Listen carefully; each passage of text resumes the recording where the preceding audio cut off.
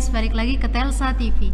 Oke, nggak seperti biasanya nih. Aku sekarang nggak dulu sama si Anaya yang biasanya itu. Kali ini aku sama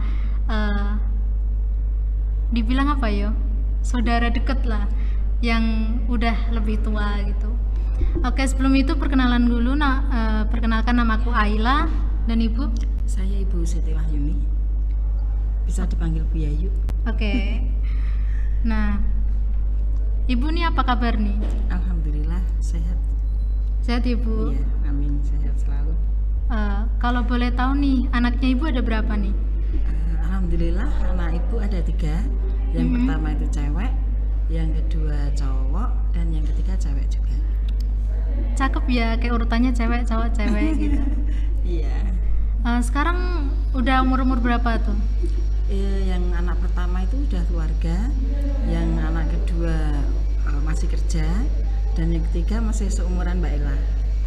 Oh masih iya, SMK iya, kelas 2, mau naik ke kelas 3. Iya. Nah, kan ini udah zaman milenial, pasti kan kayak perubahan dari kecilnya ibu sama kecilnya anak sekarang kan beda. Beda. Terus kalau caranya ibu buat nge-treatment si anak di masa pubertas yang pastinya kan udah mulai kenal cowok kan, itu tuh gimana? Ya gimana, sering-sering ngasih nasihat aja. Sekarang kamu kan sudah menginjak dewasa, tuh harus pinter-pinter, jangan keburu-keburu jangan keburu terlalu deket sama cowok. Seandainya punya temen, itu juga buat temen dulu aja, buat semangat sekolah aja. Jangan sampai menjerumus yang ke hal-hal yang negatif dulu. Jangan sampai ada pernikahan dini lah, gampangannya kan gitu. Benar. Eman-eman nanti ya pengen sering ngasih nasihat aja. Kalau ada sesuatu ya pengen harus cerita sama ibu gitu aja. Terus ngasih nasihat juga. Jangan pengen yang utama sekolah dulu. Berarti kalau sama anaknya udah kayak bestie sendiri gitu ya? Iya, harus sebagai ibu, harus sebagai teman, juga harus sebagai sahabat terdekat lah. Iya. Tempat curhat pokoknya. Nah, kalau kan itu udah mulai masuk pubertas tuh. Kan kita kalau udah mulai masuk pubertas itu nggak jauh lagi sama yang namanya pergaulan bebas. Kayak anak zaman sekarang itu kan pasti kan pergaulan bebas gitu. Kalau gimana caranya ibu biar anak-anak ibu 3 itu nggak masuk ke pergaulan bebas itu? Ya itu tadi, sering ngasih nasihat, ngasih contoh, biar nggak terjerumus ke hal-hal yang tidak berkenan ya. Iya. Jadi ya harus pinter-pinter milih temen, pilih temen, dan kita juga sering ngasih nasihat.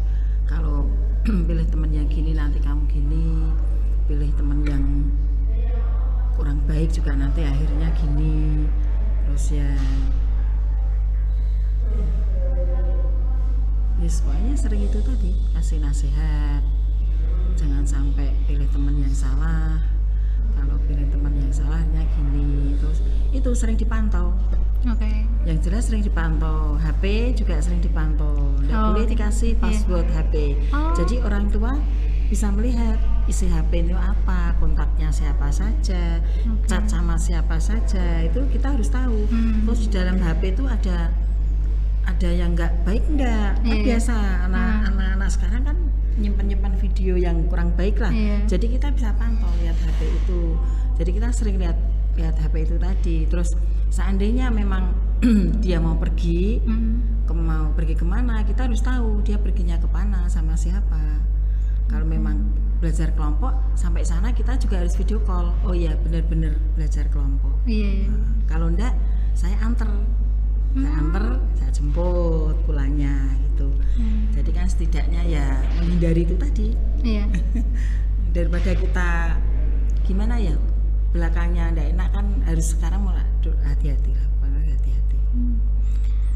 Nah, kalau itu kan mungkin secara personal antara ibu sama anak-anak ibu kan. Nah, di sini selanjutnya mau ngomong tapi bukan secara personal lagi, tapi luas. Kalau pandangan ibu tentang nikah dini, nikah muda itu gimana? Aduh, sayang yo.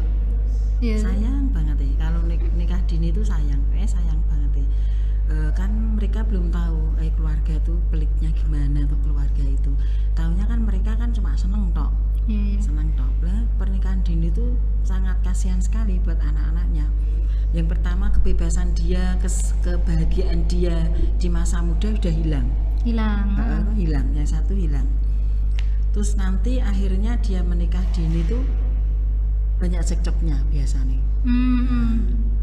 Nggak harmonis, kurang harmonis, banyak berantemnya di pertengahan jalan, entah itu masalah apa itu malah bikin pusing orang tua kelihatannya. Yang kayaknya perceraian di Indonesia pun udah 25% kan. Iya. Makanya itu kalau pernikahan dini sayang karena mereka kan belum siap. Iya, secara finansial dan mental tuh, juga. Dalam pernikahan itu kan sakral. Harusnya kan memang kita sudah mateng banget ya, sudah mateng siap untuk menjadi nikah. Tapi kalau pernikahan dini itu kan kasihan.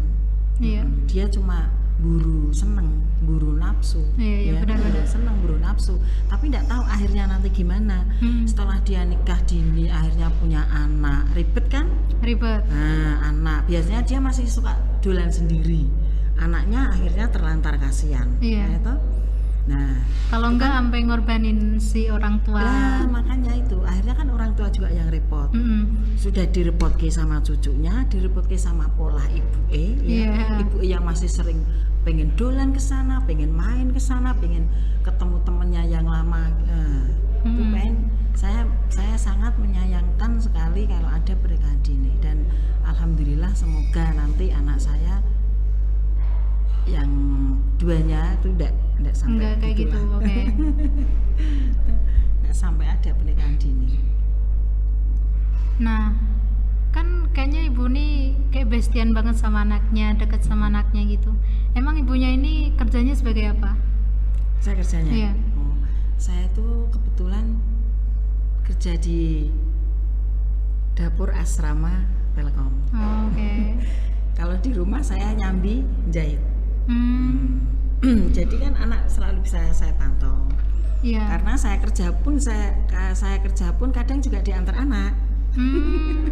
Jadi saling, kalau saya longgar saya ngantar dia, kalau dia longgar saya ngantar saya, selalu berdua kemanapun tuh saya, alhamdulillah saya selalu berdua. Jadi walaupun di rumah ada kerjaan, keluar, tetap dekat menyempatkan gitu. Diri, tetap ada chemistry. Iya. Tidur pun kalau enggak sama ibunya tuh masih bareng. Iya.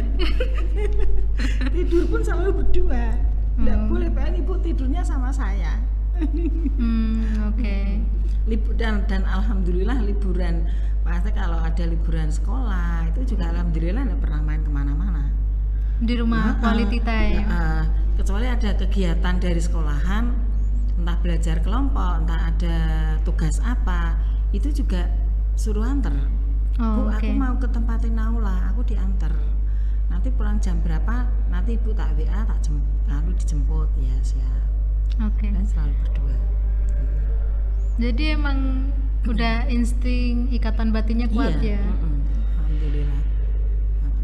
Tidak tahu itu padahal ragil ya. Biasanya manja, tapi dia tidak begitu manja kok.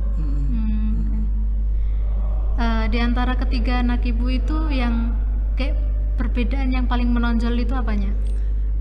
Kalau anak yang pertama tuh cuek. Banyak cueknya sama ibu dan agak tertutup. Iya. Agak tertutup. Mungkin karena dia sudah keluarga ya. Mungkin karena. Terus yang anak kedua itu ya biasa-biasa aja karena dia juga cowok. Iya. Cuma kadang juga aleman juga ada. Tapi kalau cerita jarang. Ditanya juga agak tertutup dikit. Tapi yang ragil ini, yang nomor 3 ini itu kayak luar biasa buat saya. Selalu terbuka, selalu cerita, entah itu cerita masalah sekolahan, entah itu cerita ketemu temennya di jalan, gitu apa, pengen selalu terbuka sama ibunya. Ibu kan kayaknya udah bestie, kemana-mana selalu bareng. Ibu pernah ngerasa capek nggak? Enggak. Enggak.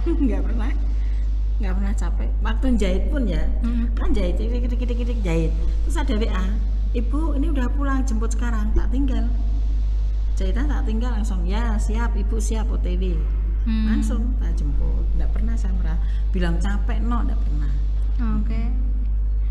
Ini adalah orang tua harapan yang diidam-idamkan nih kayaknya nih. Nggak pernah. Ya alhamdulillah, semua kan juga demi anak juga. Kayaknya udah sampai di sini dulu aja pembahasannya. Mungkin di lain waktu bakal ditambah lagi, ngebahas lainnya lagi. Siap. Iya. Terima kasih yang udah nonton. Jangan lupa like, comment, and subscribe. Bye. Dadah. Udah.